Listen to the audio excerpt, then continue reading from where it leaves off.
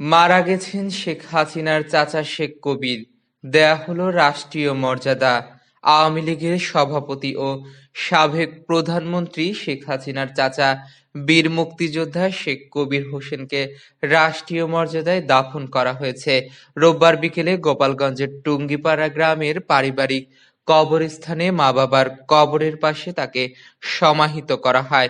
শনিবার সকাল 10:30টায় রাজধানীর স্কয়ার হাসপাতালে তিনি শেষ নিঃশ্বাস ত্যাগ করেন। তার বয়স হয়েছিল ৮৬ বছর। তিনি স্ত্রী, ২ ছেলে ও ১ মেয়ে রেখে গেছেন। রোববার বেলা ১১টার দিকে অ্যাম্বুলেন্সে তার মরদেহ ঢাকা থেকে গোপালগঞ্জের টুঙ্গিপাড়া উপজেলার গ্রামের বাড়িতে নিয়ে আসা হয়।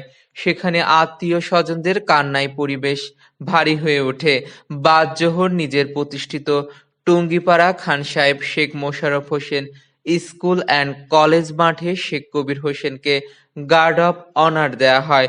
শেখ হাসিনার চাচা শেখ কবির হোসেন ১৯৪২ সালের ৩রা ফেব্রুয়ারি গোপালগঞ্জ জেলার টুঙ্গিপাড়া গ্রামে জন্মগ্রহণ করেন। তার বাবা খান সাহেব শেখ মোশাররফ হোসেন এবং মা রাহেলা খাতুন। তিনি ঢাকা বিশ্ববিদ্যালয় থেকে স্নাতকোত্তর সম্পন্ন করেছিলেন। তার আপন চাচাতো ভাই বঙ্গবন্ধু শেখ মুজিবুর রহমান।